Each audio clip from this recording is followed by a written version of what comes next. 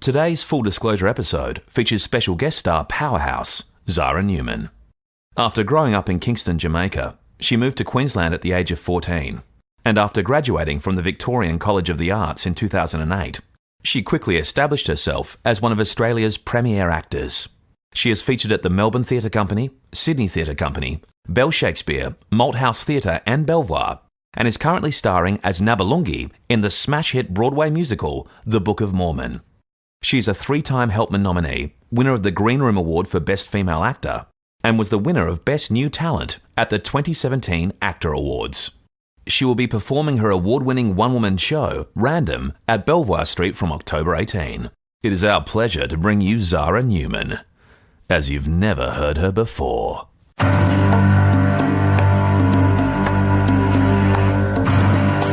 Yeah.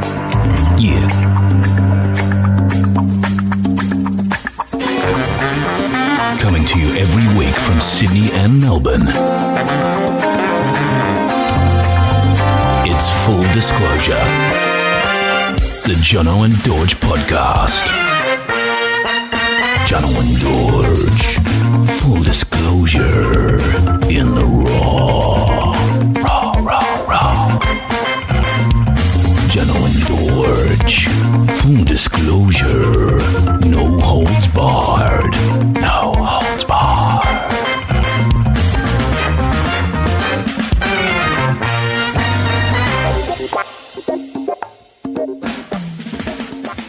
Full Disclosure, episode 14. Special guest with us, Zahra Newman, star of Book of Mormon and many other projects over the years. Multi-award winning, actor award winning, covered in glory, left, right, and centre.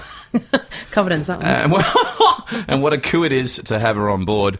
And she was just telling me off microphone the connection between her and Jamie Timoney, which is pretty bizarre, actually. Yes. So you went to school together. I knew that already, right? We went to this weird drama school in Toowoomba, of all places.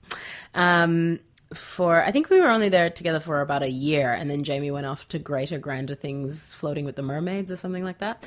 But yeah, we were at school together, and then really randomly, I was telling Dorje the story, really randomly, my mom, who lives in Jamaica, met his uncle, who lives in Scotland, at a conference in England or something, and they just got to talking. My mum and his uncle just got to talking, and my mum mentioned, I don't think so. Okay. My mum mentioned that she had a daughter who was studying acting in Australia, and he went, "Oh, I've got a nephew who's studying acting in Australia," and it was fucking Jamie Timoney's uncle. Wow. I think that's pretty. What was the conference? Oh, some educational leadership, something. Oh, they're teachers or something, or academics? Well, my mum's an academic, yeah. Oh, she is? Yeah. In what field? Education, leadership. I don't know, man. Don't ask me questions about this. I don't know about these things. I don't know about these things. Lots of questions. No, I sort of like, you know, you vaguely know what your parents do, but you actually don't. It's like my sister. I don't know what my sister actually does. She did a master's in maths and modelling processes, but I don't know what that actually means. You say Maxim is in the magazine? Maths. Maths. I thought you said mathematics and modelling processes. Okay. And I'm like, what does that mean? Like, what do you do? So nothing to do with the catwalk, obviously, or photographs. It's nothing to do. She does like taking photographs of herself. Oh, she does? Who doesn't? How old is your sister, actually? 25. Oh, yeah. Well, I just came back from Spun in the Grass, where it was 19-year-olds, so I've been surrounded by those Instagramming their way through the festival. I hate it. It's a thing. It's definitely a thing. But Jono, you're familiar with education. You're a teacher yourself these days, even though you're not qualified. Well, no, I have a separated at birth thing as well with you, Zahra. We were with the same agent. I just found out through my vigorous research. You're with JM, right? Yeah. Oh wow, yeah. I didn't know that. Yeah, but what happened, mate? I didn't have such a positive. Why'd you leave her, mate? Is there something I need to know? Actually, I'm one of the few people that did leave her because she's famous for just cutting actors left, right, really? and centre, which obviously, oh my gosh, I don't know this. How have I managed to stay on the good side? You're on a regular, amazing contract, so she won't cut you. But I'm not going to get you to say anything bad about her, I guess, because she's your agent. Oh my gosh. No, but seriously, why'd you leave her? Yeah, you didn't answer the question at all, dude. Oh, sorry. Well, I was scared of her. She's like this imposing Polish lady that come she on. signed me on. I was, my agent, Liz Fell, left the country. She went to America and just abandoned all her books, which is quite traumatic. And so, a mate, Hamish Michael, put me in touch with her. And, I think my big problem was she's Polish and her name's Mcleish. Yeah. And I'm Czech and Jewish. And when she signed me, I was like, it's going to work well, right? Because we're both Jews. She kind of just looked at me funny after I said that, and never put me up for she put me up for a few auditions. But does she still have the dogs up in the office? Like, you go up and you get barked at by a dog. Your picture's always kind of going is so off the different wall. to mine. Your experience. See, like you're going, oh, you go up the stairs and you're just getting barked at by these dogs. I walk up the stairs and there's these lovely puppies and they come and greet you and they say hi and then they kind of like meet you and then they kind of like go away and do their own like puppy life shit. Yours is probably true, but that's Yours are wolves and hers are chihuahuas, dude. But she's not in those offices anymore above. She used to be above Borscht Vodka Tears. Yeah, Borscht on Vodka Chapel and Street. Tears. Yeah. What is that? Can you explain that to our listeners? What is borscht? Borscht. Well, borscht is actually a Polish soup. Yeah. Actually, you can make it either hot or cold. You can do the borscht either hot or cold. So it's like a restaurant bar, this place? Yes, it's like a vodka bar / restaurant. Fucking awesome. Mostly vodka bar. Nice. And I used to work there. And Joanna used to be, I'm pretty sure she used to be a part owner. She did. Yeah. And then something. And full-time barfly. Oh, really? Right. No, I don't know. Okay. She's not an alcoholic, dude. Did she sweep you up straight after out of drama school? Look, she was one of the pretty keen ones. I do know. I mean, she could have lied about this. You know, you never know. They always lie. They're like real estate agents. They just lie about everything. But she told me that she had seen every production that I'd done in third year. That she'd come, so she'd kind of got a scope of my work. Sorry, for listeners, this is the third year of VCA, Victorian College of the Arts, which is where Zahra went, which is also famous, funnily enough, for culling quite heavily. It's one of the few drama schools which really has a process where they whittle it down to the finest products, if you will. Well, I wouldn't say any more than NIDA, the National Institute of Dramatic Art, does in Sydney. I thought they did. I thought they got rid of a lot. It was like Survivor. It's famous. Like they get out like 12, don't they? Well, they're not allowed to do that anymore because now we're part of the University of Melbourne, and so there's like 36 people rolling around the floor in first year. Yeah, it's like. And do they graduate all 36 now, or what? Well, they sort of have to. They kind of they went through a process. I don't even know where it's at now, but they went through a process of like changing this whole structure of the course, and so you would do like 2 years, and then you would do like an honors year to do like the real acting stuff. Look, I don't know. It's to try and manage the large numbers. Who was the head of? Was it Lindy that was the head of? Lindy was the head when I was there. She left halfway through, and then Richard Murfitt was, I think. What's her name? Lindy Davies. Lindy She's Davies. a very controversial character, Lindy Davies. She is famously controversial. She was in Malcolm. She was, yes, and something else. Was she in Prisoner? Like you're in the new Prisoner. I was in the Wentworth. Yeah. Yeah. And picked up a sweet little award for your trouble. Yeah, for best newcomer. There you go. Being the freshest face on the block after 12 years. It's like Ivan Donato told me, like, he got a gig at the STC, and on the pamphlet it said introducing Ivan Donato, and he'd been out of drama school for like 7 or 8 years. Do you know what I mean? It was like, it's like, do we really have to do that? Like, yeah, we're introducing you to our subscribers. It's a new thing for them.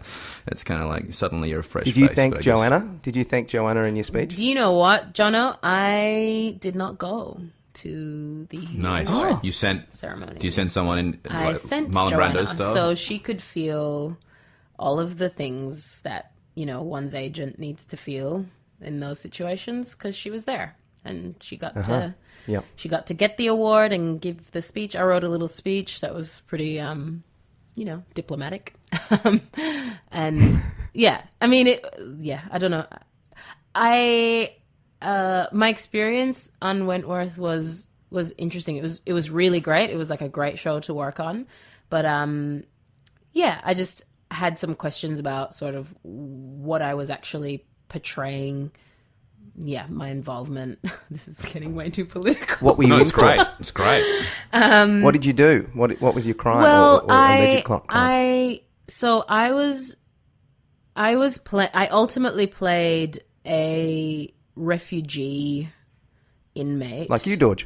Sorry? Oh, in Home and Away, you mean? When I played the... Yeah, thanks. Yeah, Yeah, and a refugee inmate from an unnamed generic sort of African-y place. Generic that has Africa. People that From look Africa, like yeah. me. Yeah.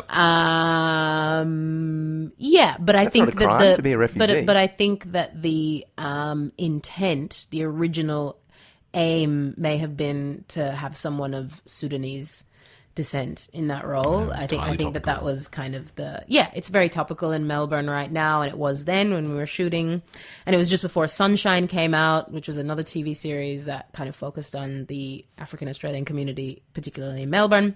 Anyway, I liked that a lot. Yeah, I binged that. did you watch it? I haven't watched any of it. Yeah, it was good. I thought it was excellent. Yeah, Well, he said he finished I mean, it, I'm a sucker pretty for anything impressive with for sport. Jono. If he gets through about half an episode, his attention span's not the best. So if he's finished it, he genuinely liked it. Is kind of what... If there's sport involved, I will tear up so quickly. Really? And it was I thought it was really good. I'm into the political ones. I like the political ones. We're hearing that. So Yeah, I know. Really, I would never have And then thought we invited Zara. Zara onto our comedy podcast, and she kept talking about politics. It was really boring, and then it kind of turned into this like protest thing about fucking race and Africans. So you objected to a little. So you felt like in terms of where they were going, it was stereotypical I in some didn't ways. object. Listen, I've got to say, full disclosure, Good, very I good. did not object to anything.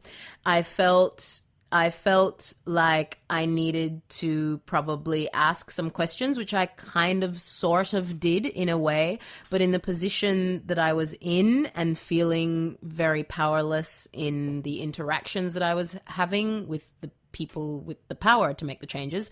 I guess I picked my battles. I was like, look, this is what it is. I've been hired for this job, and I'm not here for 6 months. I'm here to shoot 6 eps. So, I can do this. I can totally do what they're asking. I just think that what they actually want is inclusivity and to be diverse and to portray a landscape on the screen that is diverse. And I think that's really good and commendable. But then I think that they should be invested in that actual diversity. So don't hire me as a person who's clearly biracial and not, doesn't look at all like a refugee, to do a sort of generic kind of vague African-y accent. You know what I mean? Like, it just be specific about what stories it is you want to tell. And actually, all of the stuff that I had to do, I guess my question to them was, why does she need to be a refugee? Like, what is it that's important in the telling of this character's story that is important about her being a refugee? Or do you just want to put someone who's a refugee on the screen? Like, that's the end game, because actually all of the action that I did in the story was about revenge. It was about revenge and jealousy and love, which are all just like human traits that like people who, whether they're Asian or black or brown or white or Inuits, Inuits, any number of people from any sort of makeup. Very vengeful people, those Inuits. Vengeance is a kind of... Not a lot of love there, I heard, apparently. Yeah. Not so affectionate, unfortunately. No foreplay. Yeah. Lots of words for snow, though, Snow. apparently. Yeah, it's brilliant. Yeah, it's fantastic. They've got like 60 different words for snow. Okay, enough of the Inuits. Not the rapper Snow from their song Informer. That's right. Oh my gosh. Just Snow, one for him, and it's who shit. Is actually Canadian. Another Canadian. Yes. Jono's a big Yes. fan of Canadians. really? Yeah, you had a call. I'm a big last fan of week. Canadians and hip hop. Yes. Yeah, and he committed a murder. What? No. Snow did? Really? Yeah. Oh, no, in the Unless it's song, just- you mean, you idiot. No. Oh, really? No, look him up. Yeah, he killed someone. Yeah. So was it prophetic, the song, in some ways? Because he won't turn informer in the song, but he ends up going down he does go to jail, because he's in jail in the actual clip. Do you remember that? He's like behind bars. Yeah, I'm not sure what happened first, if he killed someone before the song or after. We'll have to look into that. Chicken Does the egg. anyone know the actual lyrics? But he to licked the boom boom there. song? Do you know? Do you know I don't the know. actual lyrics? No, I licky boom boom down is the one I normally go. Down or there? I usually say, it's I licky there. boom I lick boom your down. there. That's how you go. wow. I'm not sure. I know Snow won't turn informer. I know that bit. I always do that bit really well. No, I mean, I felt like I do it well, but you always think you do something well, you don't really know. There is a link there because of Wentworth and prisons. That's right. There we go. It's all about being in chains. No holds barred. On that note, Zahra, just going back, I couldn't help but think, whenever you're talking about something about yourself, I think about myself throughout the process while you're talking. Just the way I operate. Yeah. You know that already about me. Mm-hmm. So I did have, because I get cast. That light just shining back onto Dorje. Just shine that light right back onto me. Yeah, I know your troubles and your trauma, but just turn that light and shine it on me. Well, I mean, I'm biracial, and I had to play a refugee on Home and Away, and I got called into the office by this guy before when he pitched me the idea and said he just witnessed the Cronulla riot. He's down in Maroubra during the Cronulla riots. Oh, yeah. So he was the executive EP of Home and Away. He said he decided he wanted to do something about it for the average Australian. So he'd written this storyline, and I'm just wondering where it fits into how you feel about things or what you think about it, if it's justified or not, basically, if they're doing it. He'd written a storyline where there was a refugee played by myself who was Indonesian, who spoke in Indonesian throughout the actual show with subtitles on Home and Away. So I had to phonetically learn Indonesian for the role. And I had a little son called Bang Bang, who was... He'll always laugh at that. I don't know why. So I had a little son called Bang Bang, and I think I was called Wayan. And I think, funnily enough, I was only like 27 at the time. So I was pretty young to have a little 6-year-old called Bang Bang, but I guess it's possible. So Bang Bang and I get separated, okay? And then Jodie Gordon, who was one of the leads at the time, she ends up like adopting Bang Bang. And so she's got this little Indonesian called Bang Bang. Some Bang Bang. Okay, so I adopt a Bang Bang there. Anyway, so Bang Bang and I separated, and I'm on the run, okay? So I wash up on a beach, and it turns out that one of the guys, played by Bernard Curry, was the illegal people smuggler, who was actually a sinister character who everyone thought was nice in Silent Bay, but it turned out was linked to people smuggling back in Indonesia and was making a lot of money, and I was very scared of him. So when I get found, I end up getting thrown in a hospital, and he tries to lean on me, and I'm scared of him. Anyway, long story short, I get reunited with Bang Bang, and he gets taken away from Jodie Gordon, she cries, and that's the end of the storyline. So, I mean, in terms of where it was going, I was very much the victim. I found often when I'm playing what I call, for want of a better expression, ooga booga roles, where I'm just some random sort of non-specific. At least this was specific about what it was. But I was the victim again. Normally I'm either the perpetrator or the victim. I find those two ones. You're not average. No. You are not a normal person who just like has a job and like boring life troubles like rent and mortgage and like, you know, you don't just like go to work and come home and like argue with your partner. No, you don't have normal life things. You have like extreme problems, or you're like a bad fucking person. They were the two. That's it. That's all you can be because you're not a white person. Not a white guy. Yeah. So, I mean, that was unfortunate, but I had trouble sometimes linking it together how he thought that was going to somehow help with the whole Cronulla riots thing. Which is a slightly different situation, isn't it? Like, the Cronulla riots, correct me if I'm wrong, was about like intercultural, for want of a better word, like warfare, angst between like a typically historically European Australian identity and then a Lebanese Middle Eastern identity, and those two cultures having a massive like standoff in an area where they both hold sway, like a residential area where they both have sway. Yeah. I don't know what that has to do with an Indonesian refugee. I think at the time that the stop the boats thing was in its infancy. People smuggling was very much on political agendas. But to his credit, I guess he was trying to make people feel sympathetic, I suppose, or at least acknowledge the humanity of people that were refugees as such on Australian shores. But it's still this thing of like looking at people who might be Lebanese or Middle Eastern or something. Like, those people have been in Australia for like generations. You know what I mean? And you're trying to equate people who just happen to have a different cultural background as you, even though they've been in this country perhaps for as long as your family has. You know, you're trying to equate them with people who've arrived like yesterday. Yeah. You know what I mean? And kind of go, oh, you're just the same because you're not white. Yeah. And I think that's kind of the issue. Yeah. But, you know, I think the conversation about like race and culture in Australia is really complex and it's really interesting, and I just hope that, you know, people can be sort of brave and respectful enough in that conversation, because I think I don't think by any means it's solved.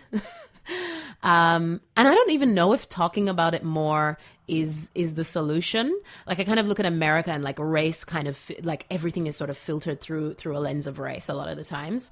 And it's a conversation that happens in America a lot, and it has, you know, it's like constant, it kind of happens. But they still have issues with race in that country, even though they kind of acknowledge it and talk about it and acknowledge the history, and, you know. So I don't kind of know what the solution is. I read a really interesting book. So every February, of course, Black History Month, well, not of course, for those of you who don't know, February is Black History Month. And I always try to read like a whole bunch of Black authors. And I read Rennie Edo Lodge's Why I'm No Longer Talking to White People About Race. And it was a really fucking interesting read. And I can't wait for someone who is white, who I know, who will be honest with me, to read it and then tell me how they feel about reading that book. Because she wrote it so unashamedly for a Black audience, or for a biracial audience, or a non-white audience, I should say. Yeah, and it's very interesting. Zahra, I'm going to take you up on that challenge. I'll have a read of it. Great. It won't be Dorje, that's for sure. So someone doesn't read much, that one. Not anymore. Not anymore. Right? All my youth was whittled away reading. Can you be a bit more specific about? I mean, you say it was interesting for you, and it was clear. Can you be a little bit more specific about what the content, so we can get a sort of a feel for it in terms of what you mean by when you say written for that sort of audience? Well, it began as a blog post. She was a journalist. She's British, and she wrote this blog post that was basically a kind of semi-rant that was just like, I'm fucking sick of talking to white people about race and trying to explain everything, like black-splain, or make white people feel okay about the systemic racism that happens in their name, you know, and sort of go, well, I'm not blaming you, but you need to understand that you're a direct recipient and benefactor of a system that inherently takes away from me, you know. And she was just sick of having to have those conversations. And so she made this pledge, I think that for like a year, she wasn't going to talk to any white people about race. She was not going to have race-based conversations with white people, only with people of color or non-white people. And the book itself kind of begins as a historic, as I said, she's British, so it begins as a kind of historic exploration of like, how did black people or non-white people end up in England in the first place? Like, let's just talk about how that happened.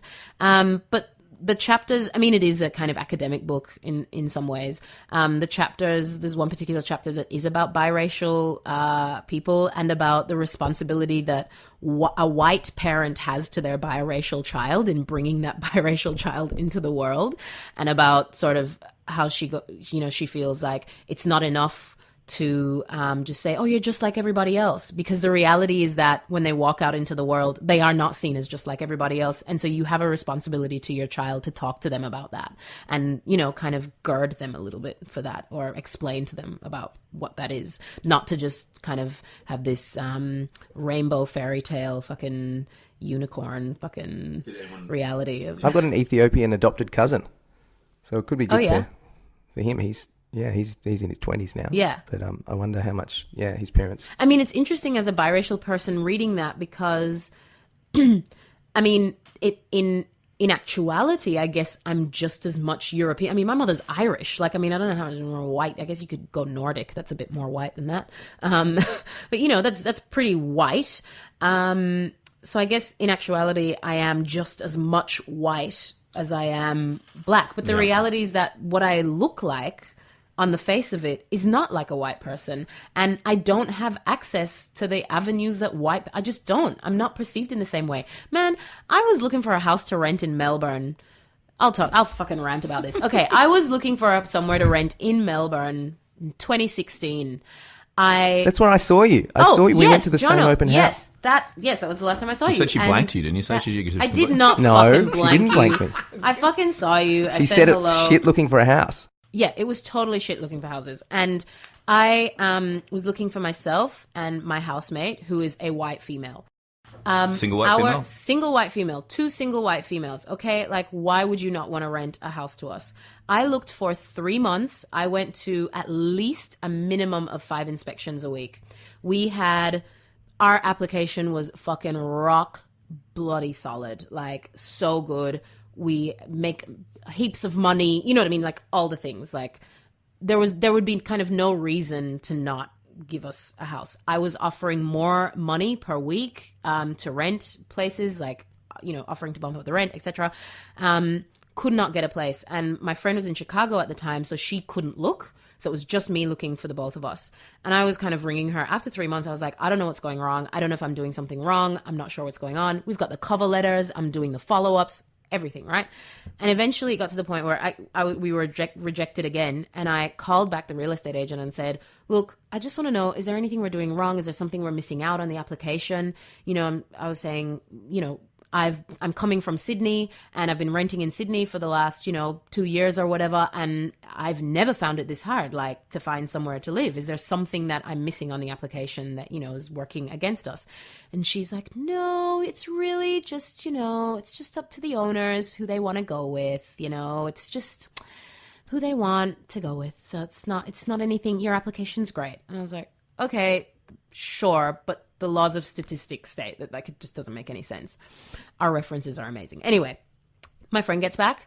She was back for, I think, 40 hours. She'd been back like a day. We met up and she said to me, Zahra, I'm going to suggest something and I don't want you to take offense to it, but I'm going to suggest that I go to the next inspection by myself and I hand in our application and we'll just see if that makes a difference. And she did, and we got that house in 6 hours. With a real estate agent that I had applied to before, with exactly the same application. And you know what? Maybe I just needed to go to one more inspection. Could have been your accent. Your accent might have been a bit... my accent, which is clearly like a barrier to me being able to pay rent. What were you wearing? Were you wearing house. Something a bit inappropriate? Like... I just needed to go to that one more inspection and we would have got it. But that to me just was like the most, and I just wanted to fucking leave this country. I was like, I need to leave this country right now. Why am I wasting my time? Why do I give my taxes to this fucking country? Like, seriously, you won't even rent me a fucking house. I can't imagine what it must be like for people who have names on their applications that people like that have a Muslim name or an Arabic name or Georgie, my partner's an Uber driver who was a lawyer in New Zealand asked. He said, you found out my partner's a lawyer. He said, do you have any? I'm applying. I'm not getting any jobs in here at all. Do you have any? And he had an Indian name. He was from Fiji. And once he told me that, I told Georgie that. She's like, yeah, he's going to have to change his name on the resume here. Otherwise, he won't get it look in whatsoever. Like, unbelievable. Just what's old white dudes in positions of power. They're not going to... But, like, this is real estate agents. This is real estate agents. Yeah, they're idiots. Like, they're bottom feeders. Like... Unbelievable. Anyway, the worst. So just going back to the chat, you talk about the chat about being biracial, because my mother literally said what you said that they shouldn't say, which she was like, you're just the same as everyone else. Yeah. If anyone says anything, it's on them. That's not quite right. She did say people said stuff to you. She said, you're going to get confronted with problems because of your name. We had a backup name, which was Michael, which I could use if I was getting too much racial prejudice. Wow. So she had that as my middle name. But overall, we got through it. But no, every now and then, like there was once I had this, it was my own fault. I was at Carlingford West in Sydney and we got asked to do a presentation on something in relation to something we believed in. And I did a presentation on Buddhism when I was like 9 or something. And then I was in the middle of my spelling test and the teacher walked up behind me at Carlingford West and I was like thinking about something. She's like, where's your Buddha now? Oh my God. What was the word you were working on? What a psychotic teacher. And when I got home... Where's your Buddha now, little Buddhist boy? And when I got home to my mum, I was like, Mum, this teacher said, where's your Buddha now? And she's like, oh, don't worry. She's probably just, it's her own insecurities being mobilised. That'll happen every now and then. But every now and then... Maybe she's a comic genius. A 9-year-old? Seriously? Like, what the fuck? And then I remember once another time I was in a cricket team and this is bad. Like we were playing, it wasn't as bad as Where's Your Buddha Now, but at one stage we were just playing it and we were selecting these 11, the coach, this is back in Perth, and he just went, oh yeah, that's my little Indian boy. And he pointed to me like randomly in a conversation. I was like, wait a second, was he talking he was talking about me. He's calling me his little Indian boy. God. And then I got home, I was like, Mum, I don't think I want to play cricket with these big guys anymore. Because every now and then it would happen, but it was...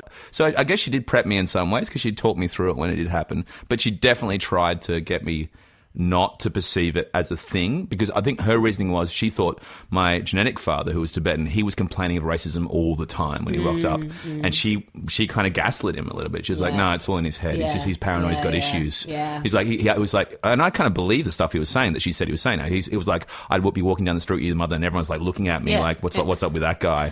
And she's like, that was just in his head. And I'm like, Mom, I don't think that was in his head probably. That was probably a thing, you know? Yeah. And I'm surprised actually, like if she would have been, because I've had this from, when I've had partners or something, and they, or something,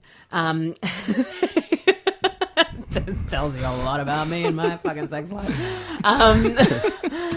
We'd be like walking down the street and obviously together, like whether holding hands or something like that, and they'd be like, "There's people looking at me," and as a white, I should say the partner's white, right? So and like they don't walk through the world like that. Like a white person in Australia, I should say, doesn't walk through the world kind of being noticed. You know what I mean? You're just like average. You're totally fine. And yeah, they kind of notice it. And I'm like, oh, that's normal. That's normal. People are interested in you. Yeah. They might think you're cooler because you're with me. Well, that's when I told Jono about recently. I got told to go back to where I came from when I was in Newtown recently, and I happened to have Georgie. Recently? Yeah, this is like 3 weeks ago, right? Oh my God. And I had my girlfriend on my who's white, and then I was like, "How's that?" And she's like, "Wait a second." She's like, "Wait, were they just racially abusing us?" And I was like, "Yeah, dude." And she's like, "Oh my God, that's never happened. I've never seen anything like that." I was like, "Well, it does happen." And she's like, it took her a good 3.5 minutes to process what had just occurred, because she hadn't witnessed anything like that in her entire life. But it was like you could see the machinery and waiting. Oh my God! Like she really freaked when she realized what had happened. And I'm just like, fucking rednecks, fucking standard, pieces of shit. But it's interesting to see. You're right. The different paradigm, and then when you introduce someone to a new paradigm which they haven't lived in before, and then processing it is interesting to watch. Yeah. I think very much so. But I think it is different though. I mean, I think because I grew up in a context where the majority of people are black or biracial. So I guess my mom didn't need to give me the speech. You know what I mean? I guess the learning was on a kind of different level. Not to say that Jamaica doesn't have its own sort of problematic relationship to race. We're an old slave colony. So race is a massive thing. Like color of your skin is a massive denoter of social class or perceived social class, right? So my mum being a white lady in that context is perceived as being very rich and having money and having power, which she actually doesn't. She works in the education system, but they don't know that. They just make those assumptions, etc., etc. But in answer to your question about whether or not she had those conversations with me, kind of probably not. But I'll tell you what, coming to Australia, woo, hello. Yeah, if it's a different cultural atmosphere, then of course, it would change relative to whatever place you grew up in, I suppose. I feel like this podcast is really serious, guys. This isn't what you did last week with Jamie. It was much more like free and like happy. We're talking about very serious We're getting things. to that. We're getting to that. It is kind of funny. Where's your Buddha now is pretty funny. The most people find that very amusing. It's really funny. Where's your Buddha now? Exactly. Jono and Dorje, full disclosure in the raw. Anyway, speaking of fun and games, we should probably cut to the serious fun of the podcast, which is you talking through your own full disclosure of your own Zahra. Now, I don't want to preempt any way you go with this whatsoever, but it's just a self-deprecating moment of absolute embarrassment that you've had to live through in your own life. We've all had them, and Jamie said he just instantly wipes them in his own head. But for me, personally, they're the ones that stick in my head more than anything else. But I think maybe it's unusual. Maybe I'm like a self-harmer or something, because I just like revolve them in my brain for the rest of my life, hence them being easier to remember. But I guess it's up to you to rustle through your own notepad and find something which you'd like to share with your audience. So I think I've got a few. I've definitely done the text to the person who, I'm talking about a person and I've sent them the text instead of blah, blah, that one. I've definitely done that one. I also, at one point, I don't know why I'm embarrassed by this story, because I actually don't think it's my embarrassment to carry, but for some reason I am embarrassed. When I was in my 20s and, that sort of very desperate, sad kind of like 5 a.m. Oh yeah, you'll do. We probably won't have sex. We're just gonna like, I don't know, slobber over each other and then pass out. One of those with somebody whose name I don't know at all. I've never seen them again. Went back to his place, and he was in a ground floor apartment in St Kilda East, and we passed out. And where his bed was sort of like pushed up under the window of that, apartment. And so like the walkway for people to like enter their other apartments was right outside that window. And like halfway through the night, I kind of woke up because there was like this like noise, and I was right under the window, and I was like, I think there's someone outside that window. And I could hear someone outside the window kind of going, Stephen, or whatever his name was, Stephen, kind of like knocking definitely on his the name. Definitely his name. And I was like, oh my God, is this really happening? And then the window opened, and then a heel came, like this high-heeled foot just kind of like came through the window and almost landed on me. And I kind of like pushed this guy, and I was like, I think there's something. And he was like, hey, there's someone in here. And she kind of like stuck her head in, and she saw me, and she was like, oh, you're here. Oh, sorry. And then she kind of just like left. And it was, I don't know why I'm embarrassed by that story, but it feels, I guess it's embarrassing for her probably, not so much for me. But that's not my full story. Okay, my full story, my actual embarrassing story, that's about me, and my embarrassment is about poo. Okay, so... Wait, hold up. Before we go on to the full one, let's just unpack the first one for a little bit. So wait, it's one level up, the apartment? No, ground floor. Oh, it's ground floor apartment. Yeah, so and you were at like a rave beforehand? What sort of party? Were you at a No, club? You we at, were like, at the Pony friggin', or something? what's that friggin' pub on Fitzroy Street in St Kilda that has like bands playing? Oh, the Prince? The Prince of Wales? Oh, yeah. Was it The the Prince Prince? Was it the Prince? Probably the Prince, yeah. Somewhere like okay, that. and he was just Yeah. like a hipster dude, like a young 20s hipster dude Oh, or God, whatever? I don't remember. And I think he was British. I think he was a backpacker. Okay. So what we think happened is he's Aussie guys don't normally go. So you, Seriously, I think the last time I had sex with someone Stephen who was actually Sewell? born Was and it raised Stephen in this Sewell? country. I've done a Stephen Sewell play. you have. Was it Blind Giant? Was it Yeah, not? Blind Giant. Yeah. Belvoir? Yeah. Yeah, And I played the outsider crazy lady. Yeah, with the gun. Yeah. Who haven't you worked with? It's an amazing resume. Do you think she was his housemate? Did she have an accent? I think she was a sex buddy. I think she was Okay. like a sex not a sex friend. worker, because no. St Kilda's... Although to buy the shoes, you couldn't. Yeah, the shoes in quite- St Kilda, you just do the quite dots. sure. But I assume what happened is that she had been out, and maybe she had been texting him going, I'm going to come over. He had not responded, and so she just came and was just going to climb through the window. But when she climbed through the window, there was someone else there. And so she was just like, oh shit. Oh, I'm sorry. You're here. Oh, you're here. Yeah. You're here. Oh. And she's like, no, it's cool. It's all right. You didn't I'll want just to, go. you wouldn't say join us or anything like that? Or you went sort of... No, man, I was sleeping. Yeah, Playtime was done. Playtime was Right. like so done. Slobbered I on mean, time. I'm pretty sure that oh God. And then there's this other story. I forgot about this story, but Okay. talking about sex. Yeah. So this actually happened in Jamaica though. So it's for all you listening Australian people, it's not any of you who did this. I was having sex with someone, and he fell asleep inside me. It was, and that was hard, and I was quite young Well, it as wasn't well. I hard, think I really, was was like, it really wasn't. I think I was like maybe 20 or 21. I don't know. I can't remember. But he fell a fucking asleep. Like he was gone, like just out. And I was like, Was how he does on it top, even or was happen? he, or- No, okay. he was. Of course, he was like lying down. He was just like, oh. I was like, God, am I that boring? Like, am I that fucking boring and unappealing? You know what I mean? I just made it all about me. Yeah, it's not good. And I was like, I need to get out. I was like, fuck this. I am getting out of this house right now. And I put on all my clothes, and I was like, I need to get out. And I went to the door, and the door was locked, and you need a key to open the door. And I couldn't find the key. I went into his room. I went through his pants. I went through the fucking shit. Like, I could not find the fucking key, and could not get out of a window because Jamaica, being a third world country, has burglar bars over its windows. Oh, no. So you can't like climb out of the windows. There's like bars, you know. So I had to sit there in. You didn't start his making out with him again, waking house. him up? Or No, I was so stubborn about it. I kind of like sat on the very edge of his bed, like taking up the least amount of room possible, just like sitting on the edge of his bed until the sun fucking rose and like he had to like get up and pee or whatever. And he got up and saw me sitting there and he's like, what are you doing? And I was like, I need to get out. I need to get out.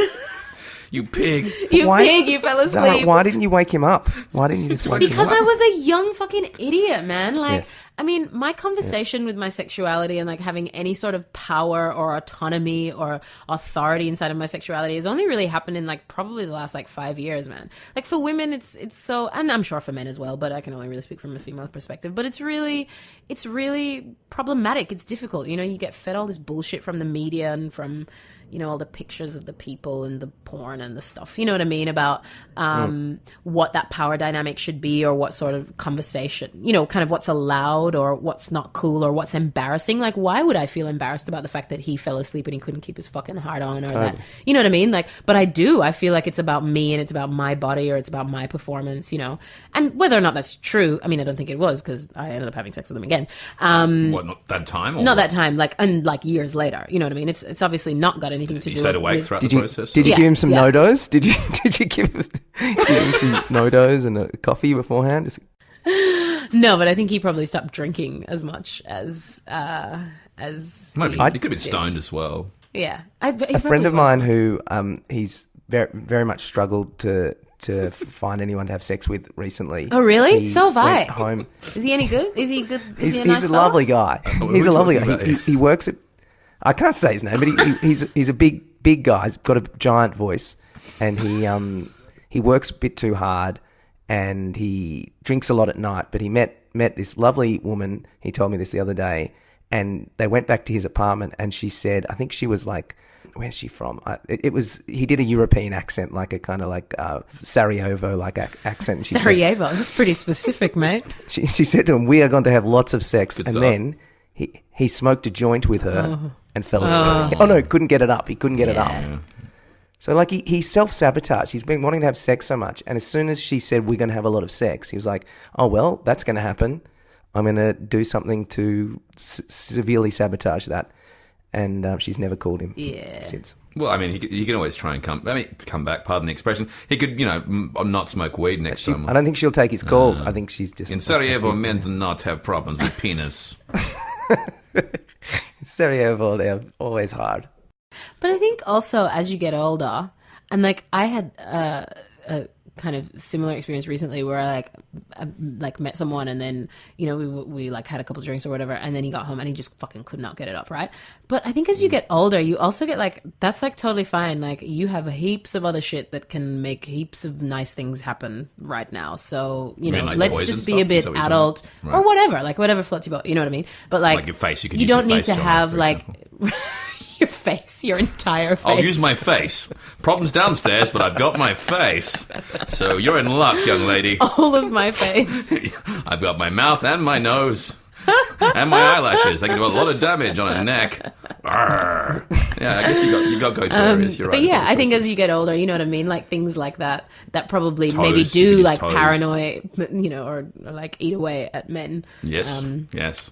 You know, are kind of... If the man's ego isn't so kind of Well, down. that's Exactly. true. Yeah, Exactly. you talk about the female ego, but the male ego, you know, that's guys can really get in their own heads about that stuff. I'm a failure. I'm not a man. Yeah. Who am I anyway? I'm a fraud, a charlatan. Yeah. I don't belong here. Wow, Dorje. It's close. Real insight. That's real fresh, yeah. That came to the surface real Too fast. fast. Shove it down. Okay, so speaking of shoving it down, let's move on to the poo story, Oh, please. yeah, my poo story. Okay. Let's get to the main course. Okay, the main course. Okay, which is my poo story. Okay. It's full disclosure. The Jono and Dorje podcast. So I kind of pride myself on having like a pretty good stomach. Like I grew up in the third world. I've traveled a little bit. Like, you know, I don't kind of get sick or get like food poisoning or any of that sort of stuff, right?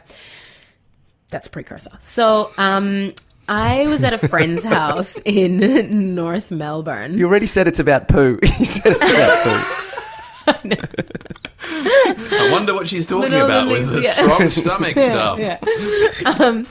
I was in North Melbourne at a friend's house, and it was a Sunday, and this friend of mine is like really good with the cooking, like amazing, always does like these cool, you know, he just like loves cooking, and he's a great cook and very sort of like cultured in that way. And so he was doing like some kind of roast pork, something. And you get there early, before the pork's ready, you want to drink a bit and have some cheese and whatever. And so got to his house, drank, and at this stage, I mean, I don't drink anymore, but at this stage I was like a solid bottle by myself kind of girl. So I probably had like 3/4 of a bottle of wine at least. And we were just talking, he was like prepping the food, and I just felt funny. I was like, I feel funny. I don't know why I feel funny. And I was like, look, I'm going to go to the bathroom. I went to the bathroom and I realized something was definitely wrong and that I needed to leave and go to a safe space in order to deal with what was going to ensue, because it was just going to be too much for my poor friend's bathroom. And also just like embarrassment. I just did not want to be the person who like shat up his bathroom, right? And I could just tell that it was like it wasn't a healthy poo. It was a very unhealthy situation. Dorje, stop making faces. You wanted the story. I'm just remembering all the times it's happened to me. Yeah, Dorje's he's going through the Rolodex of all the times that he shat himself. He's making all these eyebrows and mouth faces, just like eyebrows and mouth and lips and eyebrows. I can use those. So I kind of ran out and I just said to my friend, I was like, I've got to go home. And he's like, oh, okay, are you all right? And I was like, yep, it's fine. I'm fine. I've got to go home. I'm fine. I need to leave. So it's not right. And where's home at this point? Oh, okay. Home is St Kilda East. Okay. Oh, no. And I was in North Melbourne. That's far. It's far. And it was a Sunday. It was a Sunday, right? So this is 2 trams, or at least a tram and a train. Or, this is pre-Uber. This is pre-Uber. Okay. So there is no pre-Uber, like and probably 2 minutes away. Shit taxis. Oh my God. And there are no fucking taxis in North Melbourne just driving by this fucking residential street. So I go outside and I'm like, okay, I've got to call a cab. I'm like trying to hail a cab. I'm like, okay, what do I do? Do I risk it and walk to the tram stop? Meanwhile, my asshole is in total fucking clench down. Like absolute, just like war. This is like warfare, right? And I could not get a cab. There are no fucking cabs. And I'm like, I can't risk sitting on a tram with this, right? Just not in the vicinity of some sort of like exit. So I started looking for residential, uninhabited, possibly residential properties that I could just go into. Sure. Just knock on the door. No, not knock on the door. Go into their fucking backyard and just like release. And I was like, can I do that? Wait, so can I run that not risk? Even a thunderbox? You're happy with just a yard, an empty yard? You're okay with that, I guess, at this stage? Yeah, like I was pretty. Well, it's quite rare to have right? outdoor toilets in North Melbourne. And I was like, oh my God. And like the things that are kind of going on in your mind, it's just like, it's like fight or flight. And I was like, do I go back to my friend's place and like fucking, and I was like, no. Okay, just like, and then I see a cab, right? So I'm like, oh my God, Jesus Christ, yes, right? And I get into this cab and I'm like, I need you to get to St. Kilda East so fast, dude. And he's like, yes. And I'm like, no, I need you to go like real fast. Anyway, so he starts driving.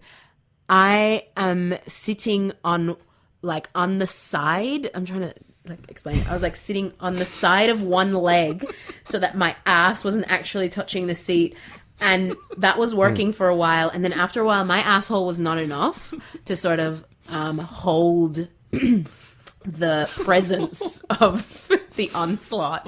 So I actually had to push my fist sort of like to like press up into my bum to keep like a plug. Like a plug, but like obviously I can't fit my whole fist up my ass. Oh, yeah. Some people can, but yeah. I couldn't. It was just like applying pressure in an upwards direction rather than compression. Like, right, exactly, to try and like keep this fucking shit like in. It's rice, isn't it? Elevate and compress. That's like what you do with like wounds. You elevate them and compress them. I had none of that knowledge. I was just doing what fucking felt natural at the moment. Instinctually felt like it was gonna work. Yep. I'm sitting in his cab. Yep. He's like getting closer and closer. I'm like, I'm gonna make it. This is gonna work. he pulls up and I'm like, yep, here, it's fine. Yep, that's fine. And he's like, cash or card? And I'm like, oh my God, card. Oh my God, just take the card.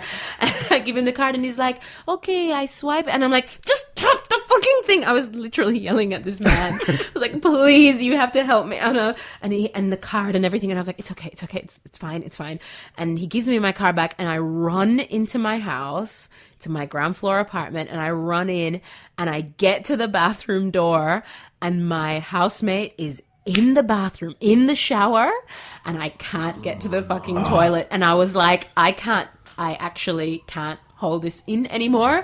And while I was sort of like you're safe now, standing outside the door, I was like, it's going to come out. It's going to just come out. So I just walked into our courtyard.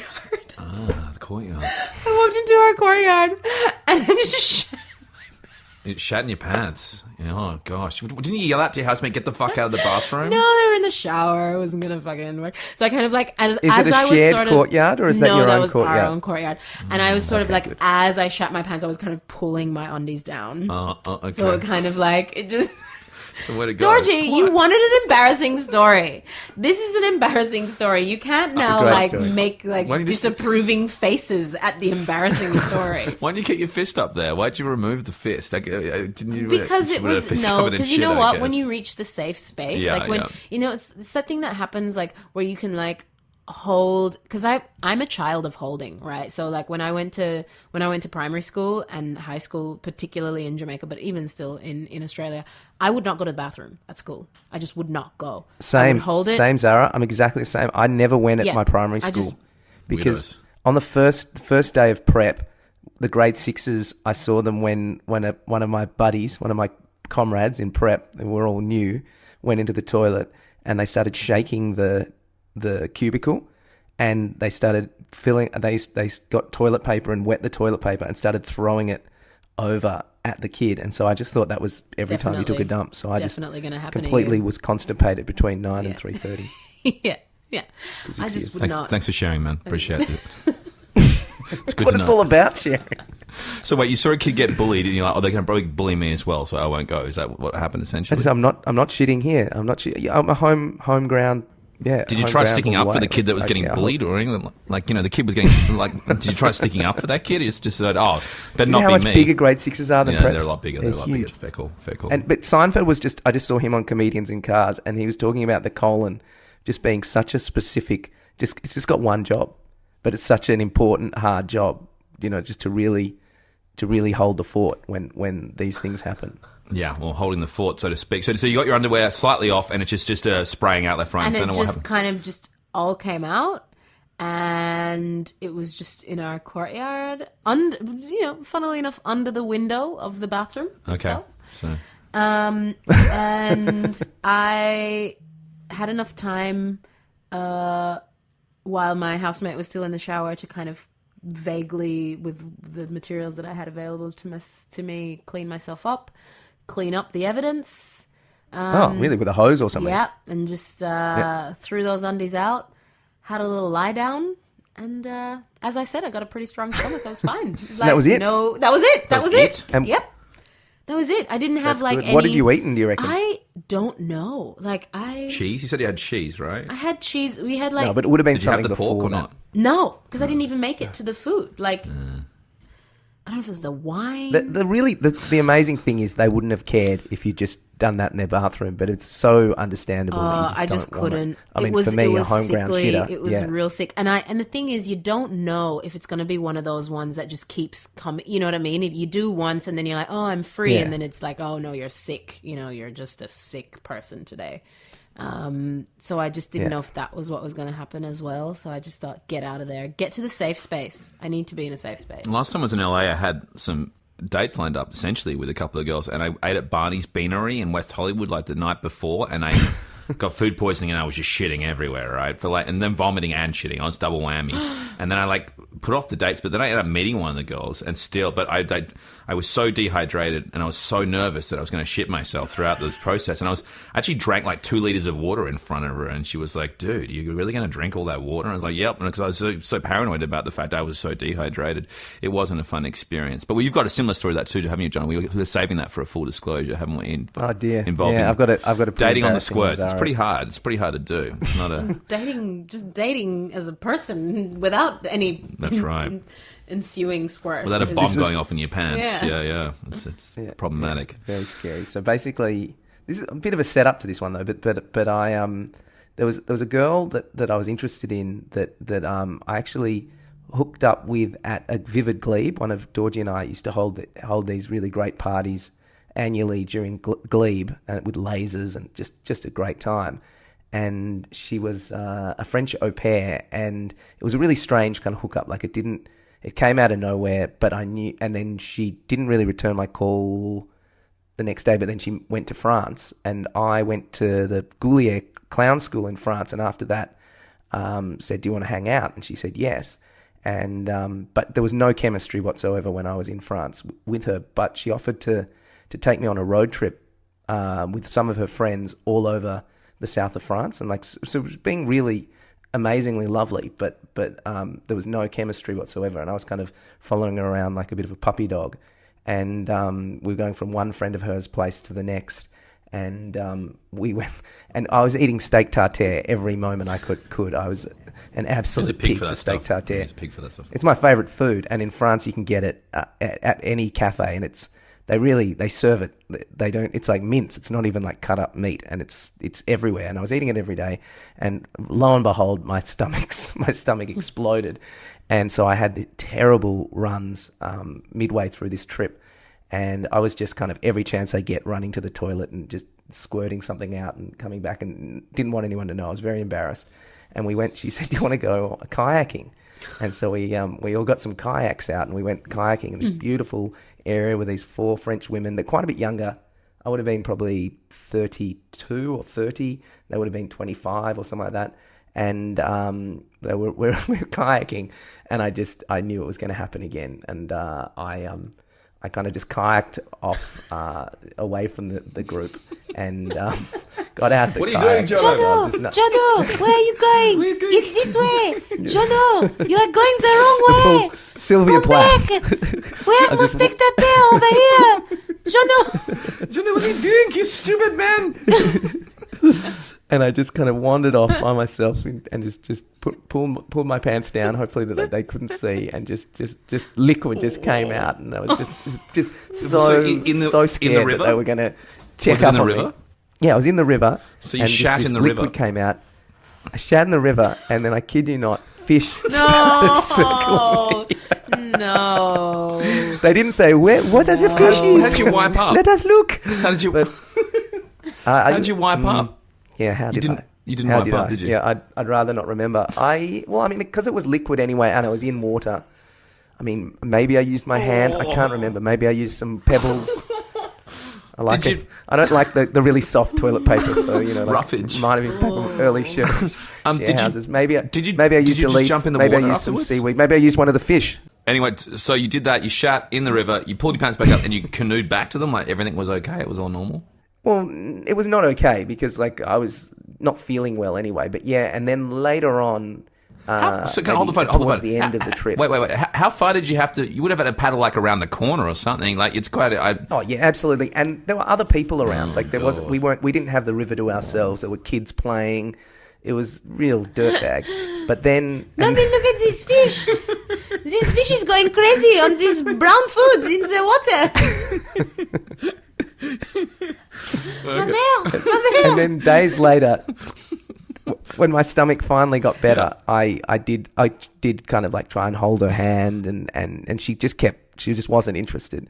And then finally on the last night, I was like, what's going on? Like, we were together in Melbourne, and she explained to me that when we slept with each other at Vivid Glebe, she had a boyfriend at the time and was cheating on her boyfriend, and she just did it because he was cheating on her. So I was the revenge person.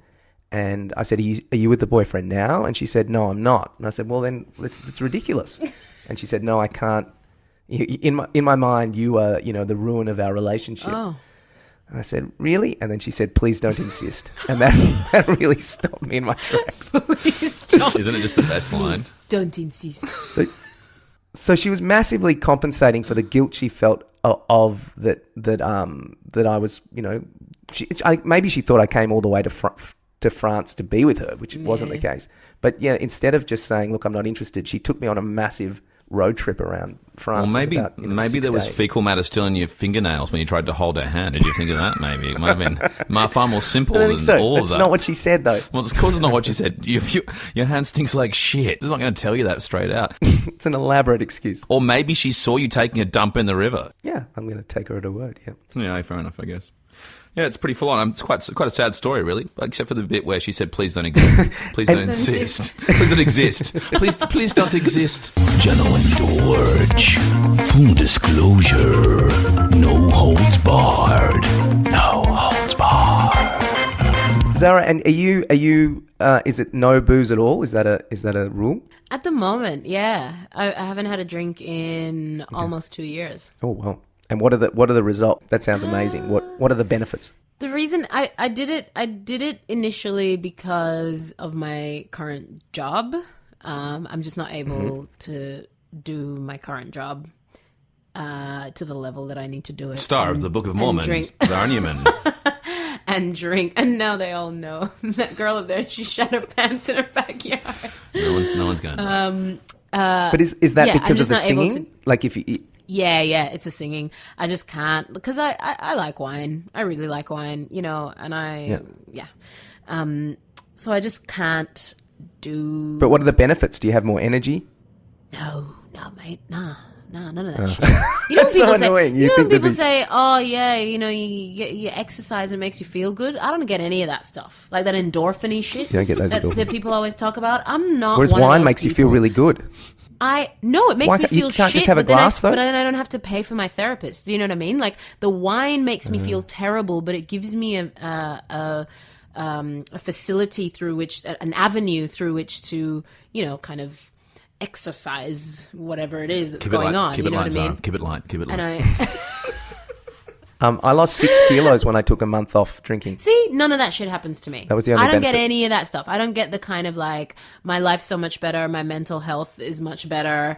I've lost all this weight. I look amazing. Like no, none of that stuff. I just eat more chocolate or something. You know what I mean? Like it kind of But I mean, I have had to manage my mood. Like I just kind of have to go, okay, like every 6 weeks I'm going to go through a cycle where it's going to be like pretty bad and I can't drink, and I just kind of have to go through it, and that's fine. So I'm just kind of aware of that and go through with that. But as soon as I finish the show, I am going to get seriously fucked up.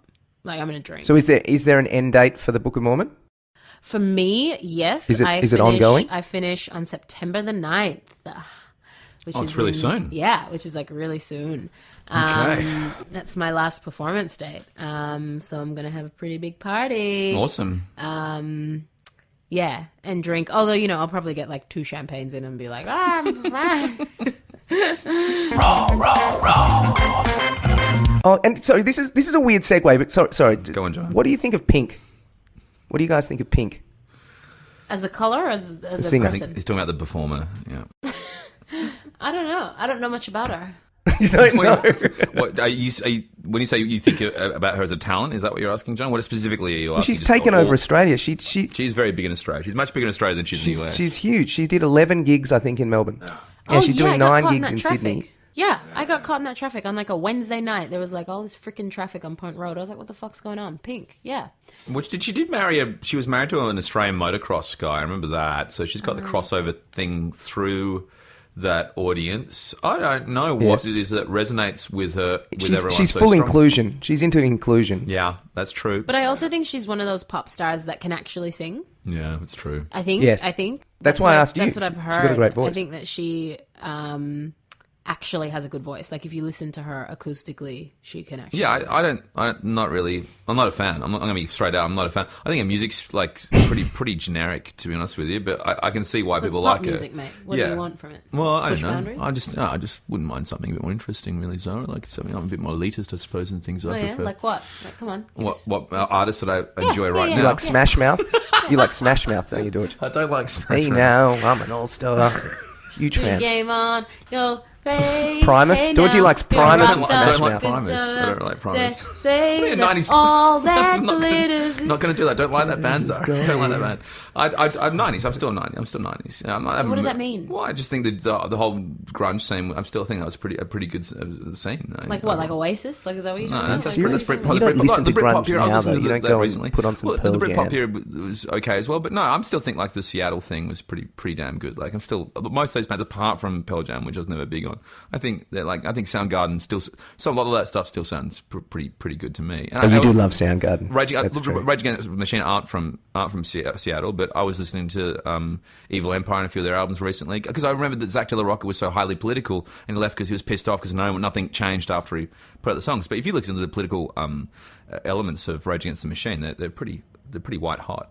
It's pretty good. Ani DeFranco, did you ever get into I do, the yeah. Ani? I like I'm Not Angry Anymore because I had a housemate when I was at university who was heavily into. I got really into the lesbian rock scene. Actually, I was really into L7.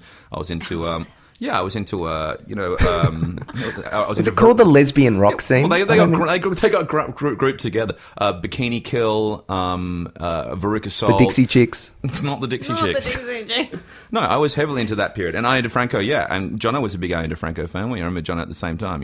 I do, yeah. I like them. We were both into it pretty heavily. Yeah, no, that scene. Tracy Chapman, to some extent. You know, there was a... Do you know what makes me I don't think angry? she's a lesbian. What? When the people take the Tracy Chapman song and they take the riff fast and they car. put it into a faster thing with a shit drum kit behind it and some idiot 20-year-old going, you got a fast car with a breathy sort of thing going on. But that's how good a song it is.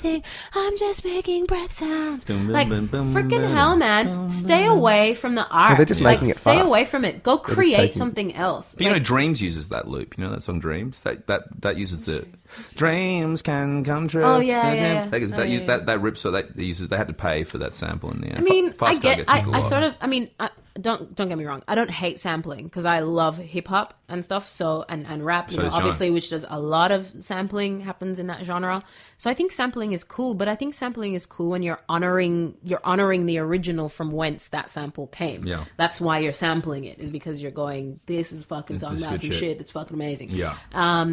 They're just But, paying for like, it and they just assume that no one remembers it. recreating Tracy Chapman's Fast Car with like an auto-tuned voice is not the answer. That ain't art. I don't think. That's for I don't sure. think. No. I'm saying no. I'm to down. that one. Yeah, big That's fat what I'm no. saying to. Well, thanks for taking Jono's digression on the music of today. We appreciate that very much. But most importantly, you gave us the shits, and we're very happy that you did that. We got into Jono's canoe shit story. It was worth its weight in gold, might I say, that fecal matter. So thank you so much for joining the show. Brown gold. My pleasure. Brown gold. My shitty pleasure. Yeah. Thanks so much, Zahra Newman. It's been an absolute pleasure, and we look forward to seeing you on stage and screen, as you almost always are. Oh, thanks. All right, take care. Thank you. you. Thanks, Jono. Thank you, Zara. Say Thank hi you. to Joanna for me. I will.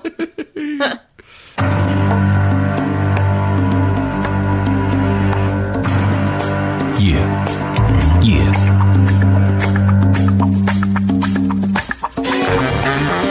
Coming to you every week from Sydney and Melbourne. It's Full Disclosure. The Jono and Dorje podcast. Jono and Dorje.